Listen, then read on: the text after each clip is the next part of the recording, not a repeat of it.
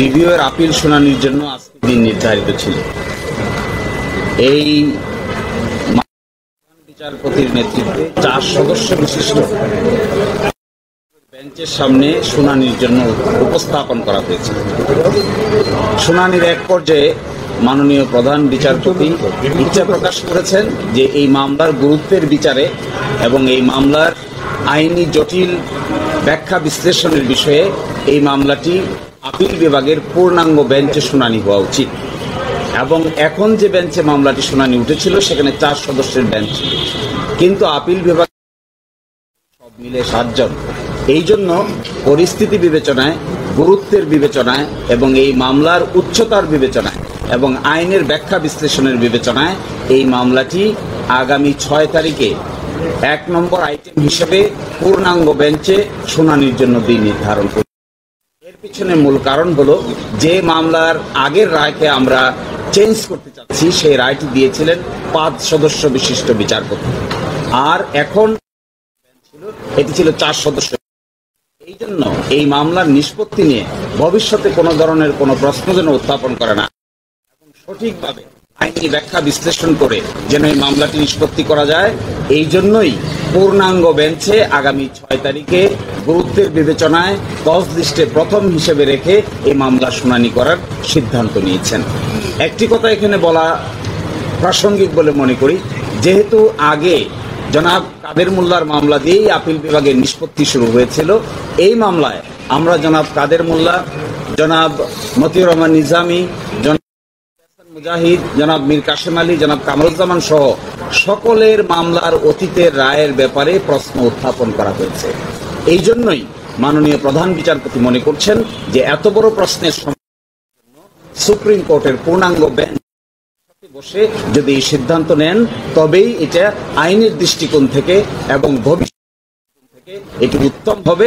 এই বিবেচনায় আজকে 6 মে পরবর্তী শুনানির দিন নির্ধারণ করেছে। আপনারা যে প্রশ্নটা তুলেছিলেন সেটা আমরা প্রশ্ন তুলেছিলাম যে আন্তর্জাতিক আইনের প্রযোজ্য হবে কি না, এই প্রশ্ন উঠেছিল জনাব কাদের মোল্লার মামলায়। সেই মামলায় তখনকার আপিল বিভাগ সিদ্ধান্ত নিয়েছিল যে আন্তর্জাতিক আইনের প্রযোজ্যতার কোনো প্রয়োজন নাই। আমরা এখন এসে বলছি এই যে প্রয়োজন নাই বলেছেন, এটাকে আমরা রিভিউ করতে চাই। আমরা বলছি ফেয়ারনেসের জন্য, ন্যায় বিচারের জন্য আন্তর্জাতিক স্ট্যান্ডার্ডের প্রয়োজনীয়তা থাকতে হবে। এই জন্য প্রধান বিচারপতি সহ আপিল বিভাগ বলছেন এই প্রশ্নের জবাব দেওয়ার জন্য আমাদেরকে পূর্ণাঙ্গ আপিল বিভাগ বসেই এই সিদ্ধান্তটা নিতে হবে।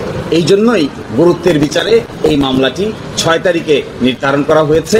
আরেকটি ছোট্ট কথা এখানে বলা প্রয়োজন, আগামীকাল থেকে মাননীয় প্রধান বিচারপতি পূর্ব ঘোষিত ছুটির অংশ হিসেবে দেশের বাইরে থাকবেন। এই জন্য 6 তারিখকে ওনারা নির্ধারণ 7 জন মাননীয় বিচারপতির সুবিধা অসুবিধা বিবেচনা করে ওই দিনের পরে আর এই মামলা নতুন করে শুনানির আর কিছু থাকবে না। আমরাও শুনানি শেষ করব, আদালত উপযুক্ত সিদ্ধান্ত উপনীত হবে এবং ওই দিন ওই মামলার গুরুত্বের বিচারেই ফুল বেঞ্চ বসবে। আপনারা জানেন ফুল বেঞ্চ কিন্তু মঙ্গলবারে বসে না। এই মামলা শোনার জন্যই ফুল বেঞ্চ মঙ্গলবারে গুরুত্বপূর্ণ মামলা হিসেবে, সেনসিটিভ, সংবেদনশীল এবং জাতীয়ভাবে ইম্পর্টেন্ট মামলা হিসেবেই, জাতীয়ভাবে গুরুত্বপূর্ণ কেস হিসেবেই এই মামলাটি শুধু শুনানির জন্যই 6 তারিখে আপিল বিভাগের পূর্ণাঙ্গ বেঞ্চ বসবেন। আপনারা এটাও জানেন আপিল বিভাগে নতুন করে 2 জন মাননীয় বিচারপতি অ্যাপয়েন্টমেন্ট পেয়েছেন। আগে ছিলেন 5 জন, এখন হয়েছেন 7 জন। আমরা মনে করি এই মামলার গুরুত্বের বিচারে পূর্ণাঙ্গ বেঞ্চে শুনানি হবে এই মামলার প্রতি ন্যায় বিচার। হ্যাঁ, আমরা আন্তর্জাতিক আইনের স্ট্যান্ডার্ড যদি মানা হতো, আমরা সবাই নির্দ্বিধায় মনে করি যাদেরকে ফাঁসি কাস্টে ঝুলানো হয়েছে এবং আজকে যার বিচার করার জন্য আমরা পুনরুত্থান করেছি, রিভিউ ফাইল করেছি, যাদেরকে ফাঁসি কাস্টে ঝুলানো হয়েছে, আন্তর্জাতিক স্ট্যান্ডার্ড মানলে তাদের সকলকেই বেকসুর খালা।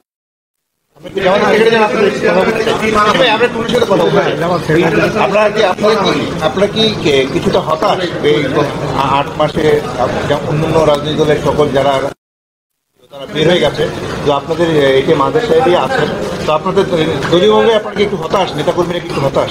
না, আমরা হতাশ নই, খুব বিস্মিত এবং ব্যথিত যে 5ই আগস্টের সরকার পরিবর্তনের পর যারা আওয়ামী ফ্যাসিবাদের হাতে মজলুম ছিল, অন্যায়ভাবে আটক ছিল, অন্যায় বিচারে যাদেরকে ফাঁসি দেওয়া হয়েছে, গুম করা হয়েছে, অন্যায়ভাবে শাস্তি দেওয়া হয়েছে, প্রায়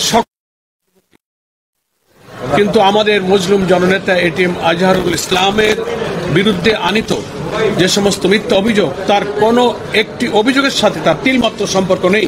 এটা আদালতে আমাদের পক্ষ থেকে আইনজীবীরা যথার্থভাবে সেটা প্রমাণ করতে সক্ষম হয়েছেন। তারপরে ওই 8 মাস পর্যন্ত তার এই মামলার যে কোনো ব্যাখ্যাই আইনজীবীরা দিতে পারেন, কোর্টের কাছে একটা ব্যাখ্যা থাকতে পারে, কিন্তু সময়টা যে 8 মাস পার হয়েছে, সারা দেশের লক্ষ কোটি আমাদের নেতা কর্মী শুভাকাঙ্ক্ষী যারা ন্যায় বিচারের প্রত্যাশায় দিন গুনছেন, তারা ব্যথিত। আমরা হতাশ নই এই কারণে যে আদালতের কাছে আমরা সুবিচারের জন্য ধৈর্য ধারণ করছি। আমরা আশা করি আদালত আমাদের প্রতি সুবিচার করবেন। আমাদের সম্মানিত আইনজীবী আপনাদের কাছে আদালতের প্রসিডিউর এবং বিধানগুলো উল্লেখ করে আজকে আদালতের যে নির্দেশনা সেটাও আপনাদের কাছে ব্যক্ত করেছেন। আমরা ধৈর্য ধরব, আদালতের নিয়মের প্রতি আমরা শ্রদ্ধাশীল, কিন্তু আমরা আশা করব যে পাবলিক যে পারসেপশন এবং তিনি যে মজলুম এবং সকলেই মুক্তি পেলেন, একটা লোক মুক্তি পেলেন না, এ জবাব, এ দায় শুধু আমাদের নয়, এদেশের জনগণের, সরকারের, প্রশাসনের। আর জুডিশিয়ারিতে যারা আছেন তারাও মানুষ, তাদেরও বিবেক আছে। সেদিকেই আমরা একটি রাজনৈতিক দলের কর্মী হিসেবে সকলের দৃষ্টি আকর্ষণ করতে পারি।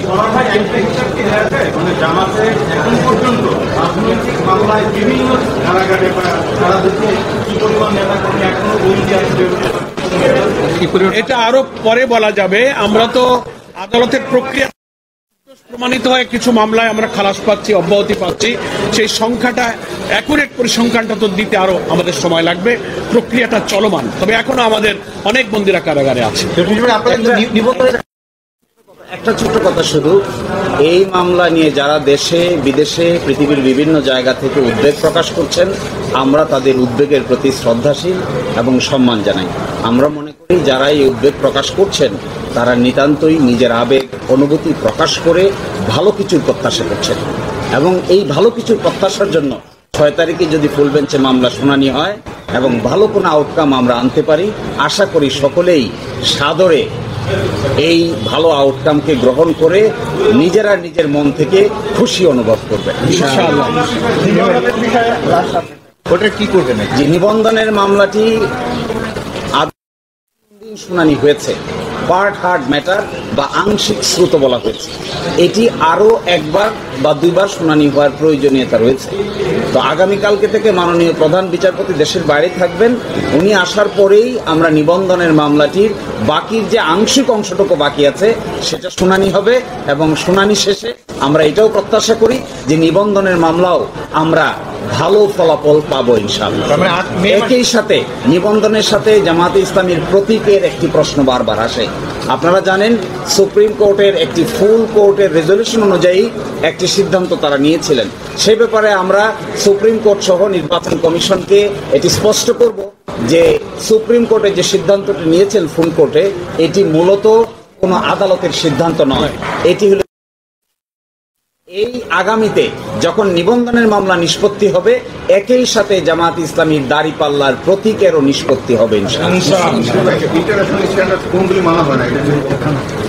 ইন্টারন্যাশনাল স্ট্যান্ডার্ড মানা হয় নাই। তার সবচেয়ে ইম্পর্টেন্ট কথা হলো এই আইনে একটা বিধান ছিল যে যদি আয়োর কাছে, ইনভেস্টিগেটিং অফিসারের কাছে কোনো সাক্ষী কোনো জবানবন্দি দিয়ে থাকেন, পরবর্তীতে তিনি আদালতে নাও আসেন, তারপরেও তার জবানবন্দি আদালতে সাক্ষ্য হিসেবে নেওয়া যাবে।